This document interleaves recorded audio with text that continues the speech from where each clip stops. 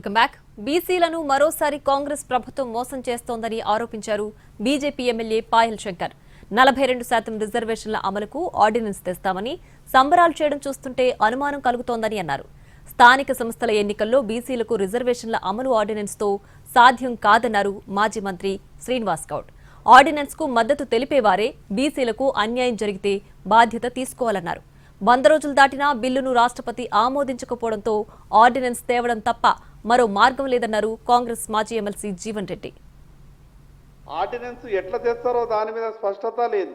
ఈ గందరగోళమైనటువంటి పరిస్థితులలో ఒక క్లారిటీ ఇవ్వకుండా 42% బీసీ రిజర్వేషన్లు స్థానిక సంస్థల్లో అమలైపోయినట్టు, బీసీలందరూ కుర్చీలలో కూర్చున్నట్టు, మీరంతా రండి సంబరాలు చేయండి, పాలాభిషేకం చేయండి, మాకు పూలమాలలు వేయండి అని కాంగ్రెస్ పార్టీ చేస్తున్నటువంటి సంబరాలు చూస్తే మరొక్కసారి రాష్ట్ర బీసీలను కాంగ్రెస్ పార్టీ మోసం చేయడానికి సిద్ధమవుతున్నదా అని అనుమానం కలుగుతా ఉన్నది. 9th షెడ్యూల్లో అమెండ్మెంట్ చేయకుండా ఇంక్లూడ్ చేయకుండా చేయక రాదు అని చెప్తున్నారు. మీరేమో జియోతో వస్తుందని మీరు చెప్తున్నారు. రేపు ఏదన్నా అయితే మేమే బాధ్యతని మీరు చెప్పాల్సిన అవసరం ఉంది. లేదు ఏమైనా జరిగితే పూర్తి బాధ్యత కూడా జియోతోనే వస్తుందని చెప్పిన వాళ్ళే బాధ్యత తీసుకోవాల్సిన అవసరం ఉంటుంది.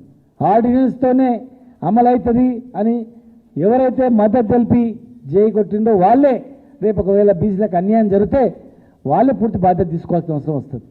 9th షెడ్యూల్లో చేర్చబడే విధంగా భారత రాష్ట్రపతికి ఏదైతుందో బిల్లును మరి తెలంగాణ ప్రభుత్వం పంపడం జరిగింది.